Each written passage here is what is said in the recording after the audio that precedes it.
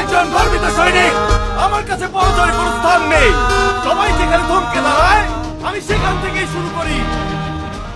দীর্ঘ 16 বছর পর আবারও নির্বাচনী দায়িত্বে অন্তর্ভুক্ত হচ্ছে সেনাবাহিনী। নির্বাচন কমিশনের প্রস্তাবিত গণপ্রতিনিধিত্ব আদেশ আরপিও সংশোধনীতে সেনাবাহিনীকে আইন শৃঙ্খলা রক্ষাকারী বাহিনীর তালিকায় ফের যুক্ত করা হয়েছে। 2001 সালের সপ্তম জাতীয় সংসদ নির্বাচনের আগে আরপিও সংশোধনের মাধ্যমে সেনা, নৌ ও বিমান বাহিনীকে পুলিশের মতোই ক্ষমতা দেওয়া হয়েছিল। তখন তারা নির্বাচনী অপরাধে বিনা পরোয়ানায় গ্রেপ্তার করার ক্ষমতা রাখত।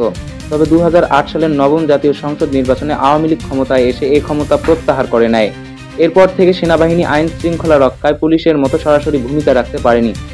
চলতি বছরের 11 আগস্ট নির্বাচন কমিশন যে আরপিও সংশোধনের প্রস্তাব অনুমোদন করেছে তার মধ্যে অন্যতম হল সেনাবাহিনীকে আবারও কার্যকরভাবে আইন শৃঙ্খলা রক্ষাকারী বাহিনী হিসেবে যুক্ত করা। নির্বাচন ব্যবস্থা সংস্কার কমিশনের সুপারিশ এবং রাজনৈতিক দলগুলোর দীর্ঘদিনের দাবির ভিত্তিতেই এ সিদ্ধান্ত নেওয়া হয়েছে। ইসি কমিশনার আব্দুর রহমান আল মাসুদ জানিয়েছেন, সেনাবাহিনীকে কার্যকর ক্ষমতা দেওয়া হলে সুষ্ঠু ভোট আয়োজন সহজ হবে। এজন্য অধ্যাদেশের মাধ্যমে দ্রুত এ সংশোধন কার্যকর করার উদ্যোগ নেওয়া হচ্ছে। অন্যদিকে সেনাপ্রধান জেনারেল ওয়াকারুজ্জামান বলেন, জাতীয় নির্বাচনের তারিখ ইতোমধ্যেই ঘোষণা হয়েছে। আইন অনুযায়ী সেনাবাহিনী নিরপেক্ষভাবে দায়িত্ব পালনে সম্পূর্ণ প্রস্তুত।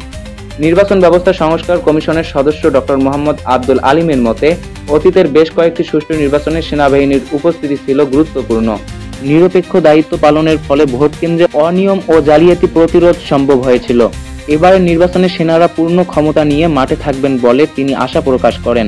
প্রিয় দর্শক, এ পর্যন্ত সঙ্গে ছিলাম আমি sound Bangla news point YouTube channel থেকে। ভিডিওটি ভালো লাগলে অবশ্যই লাইক, কমেন্ট, শেয়ার, সাবস্ক্রাইব করে আমাদের নিউজ পয়েন্ট ইউটিউব চ্যানেলের পাশে থাকবেন। ধন্যবাদ।